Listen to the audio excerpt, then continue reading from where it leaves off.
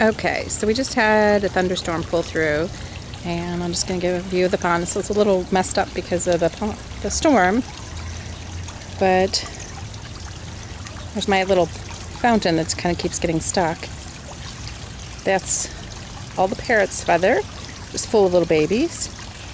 And there's more parrot's feather at that end of the pond, full of more babies. And the water's a little cloudy from mud getting in there from the storm, so you can't really see the big ones, but they'll come up in a little bit. I'm going to feed them. These are the coolest flowers. You'll see they just come up, and on this very pricky plant down there, they get these tall, purpley, spiky flowers. This is one of my favorite trees, and I wanted one of the weeping varieties. And you just keep wiring it to be the shape you want, and it'll one day create some shadow or shade for the pond and be this beautiful, elegant thing. It doesn't lose its needles. That was the big point. So, let's see. That's a cool maple tree. It's a weird variety. And my roses are not looking so good right now. The storm kind of knocked off a lot of the buds, and I see that starting today, the Japanese beetles are back. So this right now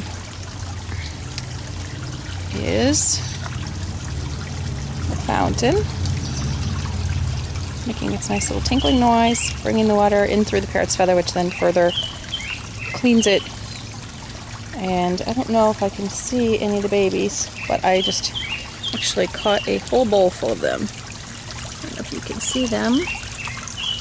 They are very microscopic. There's a bunch of them here, and then I have a bunch more sitting in a tank on the front porch. So, but this is the yard, a little jungle as I call it. It's a little lush and needs to be kind of cut back a little bit, but I've been letting it go just to see where it would go. And let's go wide so you can see a little more. It's my trash pile that needs to be burned, and a shed that will be moved. And there's another wisteria that I'm training. There's going to be some crossbars at the top of that little structure.